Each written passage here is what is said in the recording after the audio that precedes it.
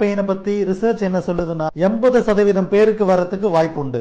அதாவது 20ல இருந்து 40 வயசுல இருக்கிறவங்களுக்கு 4ல் ஒருத்தருக்கு பேக் பெயினால சஃபர் ஆயிட்டு இருக்காங்கன்னு ரிசர்ச் சொல்லுது. அதுல 95% ஆஃப் பேக் பெயினுக்கு காரணம் மெக்கானிக்கல் பேக் பெயின் சொல்றாங்க.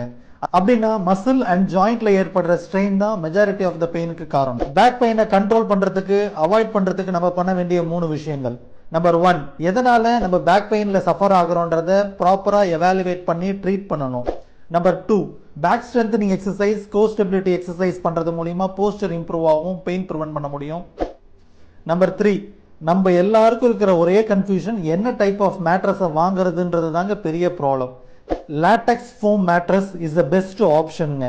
அது நம்ம படுக்கிறப்போ நம்ம பாடியோட கர்வேச்சருக்கு ஏற்ற மாதிரி நம்மளோட அலைன்மெண்ட் கொடுக்கும். நம்ம எந்திரிக்கிறப்போ ஒரு ஸ்டெபிலிட்டி இருக்கும்.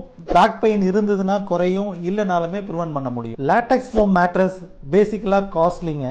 பட் ஆனால் நீங்கள் ஹோல்சேல் கடையில் வாங்கி நம்மளே மேனுஃபேக்சர் பண்ணிக்கிட்டிங்கன்னா ரொம்ப ரொம்ப ஈஸியான விஷயம், ஹைலி ஃபீஸிபிளாக இருக்கும். Follow me for a pain free life, doctor Ram physio.